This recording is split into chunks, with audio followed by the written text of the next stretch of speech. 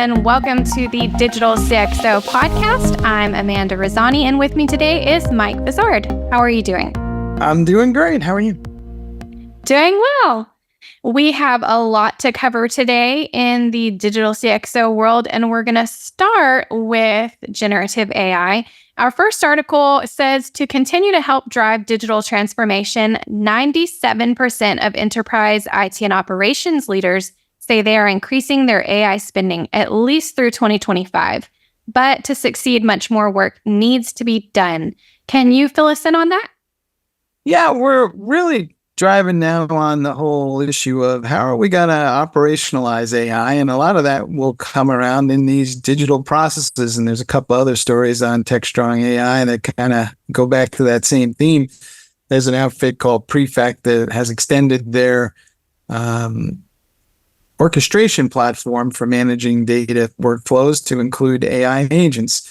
And I think we're at this crossing point now where we're going to see there's a lot of interest in, how AI technology works, but the use cases are going to start to become the bigger conversation, the bigger issue. And how do we kind of wrap our arms around that? There's also another story up on Tech-Strong AI, which has just a little, how to get started with your digital transformation project with AI in mind. And those three things together are kind of, showing us that there's a trend where people are getting to the point now where it's not so much, I need to understand what it is that AI is doing. I think that was important, but we're now moving to the next phase where people are trying to say, all right, well, what does a workflow look like that's made up of a bunch of AI agents with humans together, and what's the handoffs and who does that, what, when?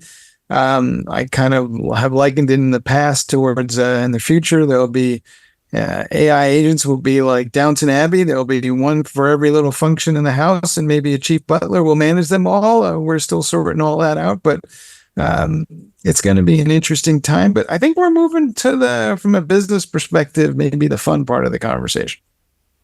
Yeah, absolutely. It's a big issue, and all the business leaders are focused on it big time. Mm-hmm.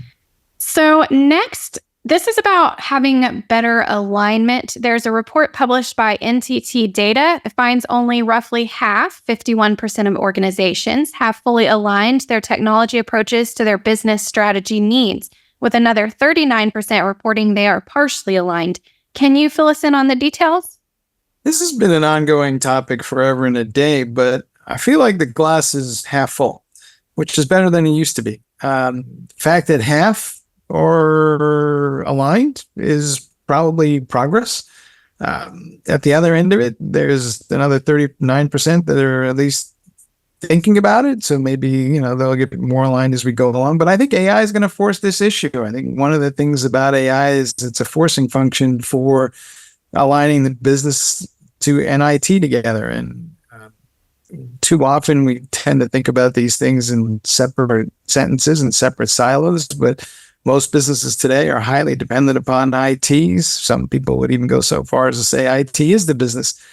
I think we're going to get there. It's just a question of how soon at this point. But boy, it's been a long time coming. Yeah, and the key you said there is breaking down the silos. All the departments need to work together and communicate effectively. Yeah, but that's part of the issue is that we communicate, we just don't speak the same language. Yes, exactly. This is kind of a fun one. The Scanniversary, so this is honoring the barcode, turns 50. And it was the first barcode was on June 26, 1974, when a cashier scanned a pack of Wrigley's Juicy Fruit gum at a Marsh supermarket in Ohio. So that's a pretty fun article over on Digital CxO. Of course, now it talks about how this is turning into QR codes is the next version of this. So can you share a little bit more? Well, it's been a long time coming. Actually, I was talking to some folks. We have another podcast or video cast on Tech-Strong Gang, and we were talking about this as well. And one of our attendees, Stephen Foskett, noted that, the barcode goes longer than 50 years. It's just the first time it was used in retail, but the technology itself is maybe 75, 80 years old. It's just amazing how long it takes for something to become ubiquitous, right? I can remember the pre-barcode days. I mean, I was working in the supermarket and I was the price changer kid and walked around with my little price changer thing and metal thing, and I forgot what it was called, in my back pocket. And every Sunday I had to walk around and change prices. And I'm sure they don't do that anymore. But it's interesting, though, we're talking about the arrival of QR codes. And it's not clear to me that QR codes replace barcodes. I don't know. Maybe. I guess the QR code has all the information that the barcode has, and it can be scanned. But it looks to me like barcodes are easier. QR codes are still a work in progress. Some people are worried about there's too much information in the QR code, and the QR code gets stolen and misused and abused, much like anything else in IT these days.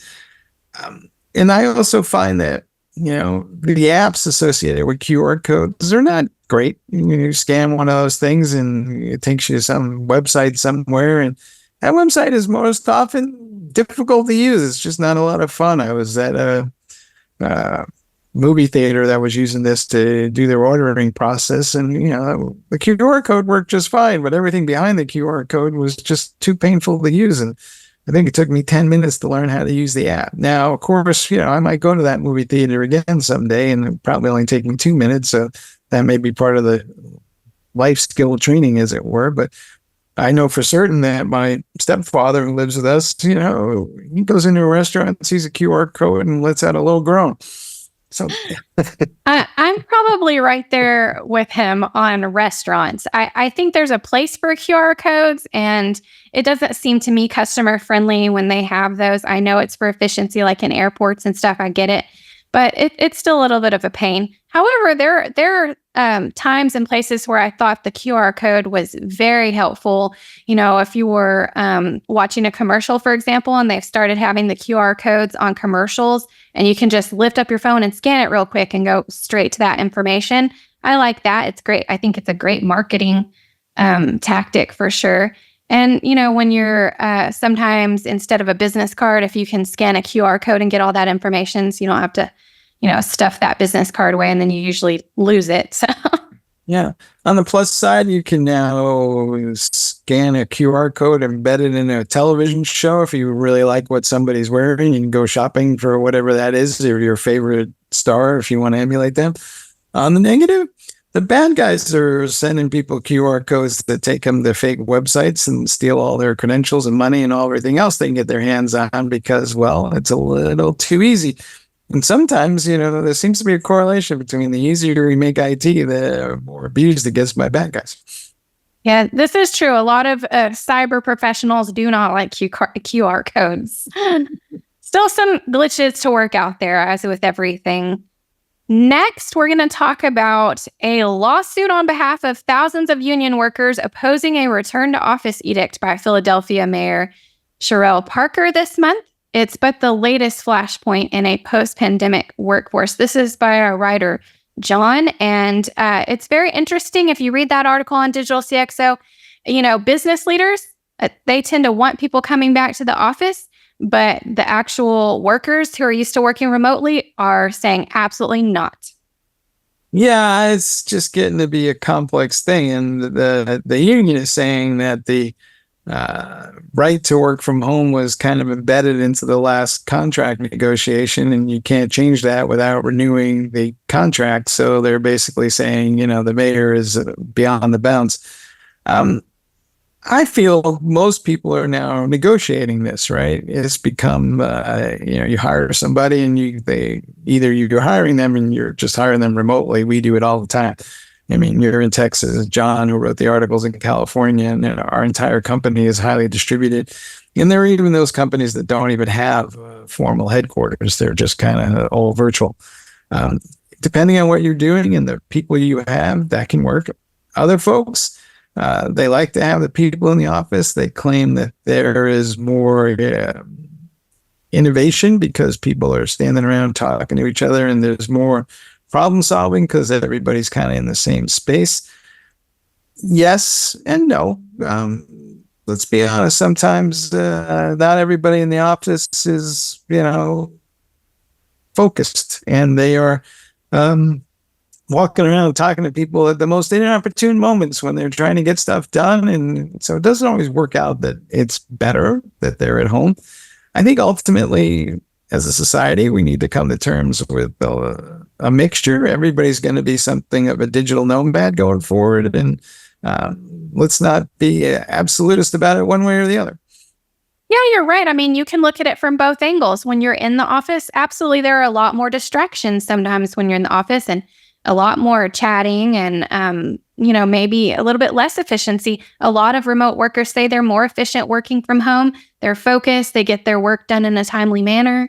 And then they feel they have that work-life balance. So they're happier and they're more productive, when they're working. But on the business leader side, another issue entirely aside from the work is these buildings. So they're looking at the rate of, the return on investment for these big buildings that cost a lot of money, and they want people coming back because why they have them otherwise. So I see that too. And I'm sure the mayor of Philadelphia is calculating that, they need to lead by example because they want people to come into the heart of Philadelphia, not in the suburbs, to go spend money in the local cafes and the restaurants and all the places that they collect taxes from. So it's not like the mayor is an impartial observer here. The other side of this thing, though, is I know there's a lot of execs that feel like, well, if there's an issue, we can get it resolved faster because everybody's in the same building. Well, I don't know. I've worked in those buildings, and typically, if I worked on the 14th floor and there are other people working on the 15th, 16th, or 17th, I probably saw those people hardly ever, except maybe occasionally on the elevator on the way in and out. So it wasn't like we had a big, sense of camaraderie once we worked on multiple floors. So it has to be really somebody, in my immediate group.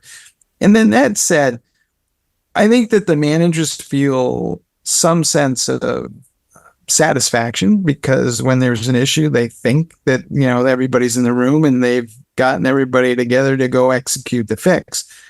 It is not clear to me that the fix is being executed any faster, though, because people are in the room. You may get closer to meantime to agreement to what the fix is going to be. Yes. But you're not going to get the fix any faster because there's just time and physics and issues that have nothing to do with where people are at the moment. Yeah. And generally, most people are at the end of the day, whether they're in a building, maybe they're all there in the building together. Everybody's working alone on their computers doing their jobs. So there's just got to be maybe some understanding that this is the way moving forward. There's going to be a lot of remote workers. There you go. It's just a fact of life. And if you can't manage in this age, trying to get everybody back in the office because that makes the way you comfortable as a manager means you're going to be an obsolete manager. Yep, exactly. So the last article we want to highlight today, this is by Carol, and it's about Digital Earth Africa has recently announced major advancements in the observation and monitoring of Africa's water bodies.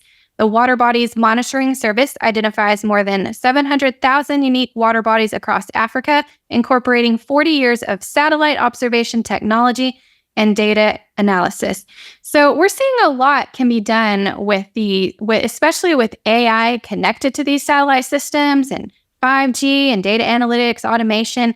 We're seeing a lot of environmental articles. Can you share a little bit more about this? Hey, climate change is here.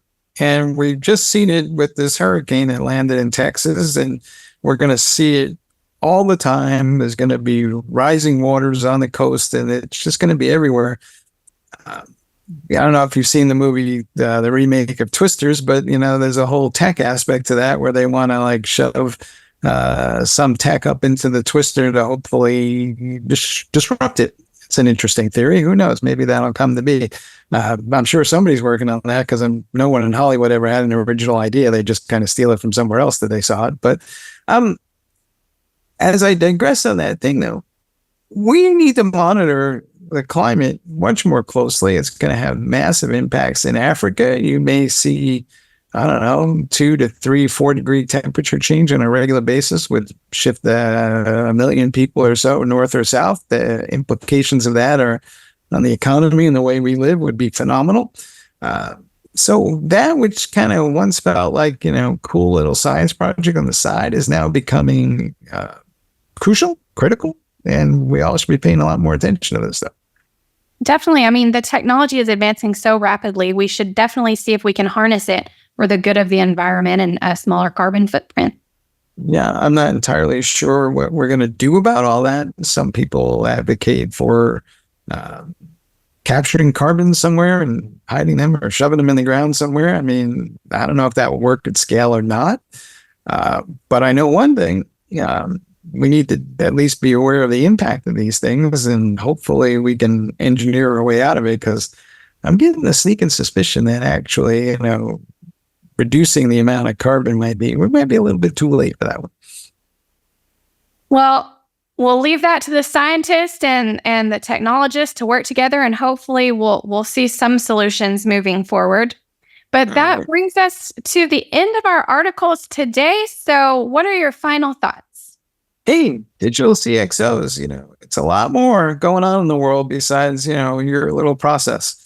So maybe take a minute and say, hey, how am I impacting the world at large? What can be done with, my space? And maybe, it's about a manufacturing thing that you're making more efficient. But if you can think it through in a way that also, reduces the amount of carbon created, that would be a good thing. So be good global citizens. I agree. And thank you for staying tuned into our show. If you missed last week's, it's there. You can catch up. And again, let us know what you're most interested in reading about. Have a wonderful week.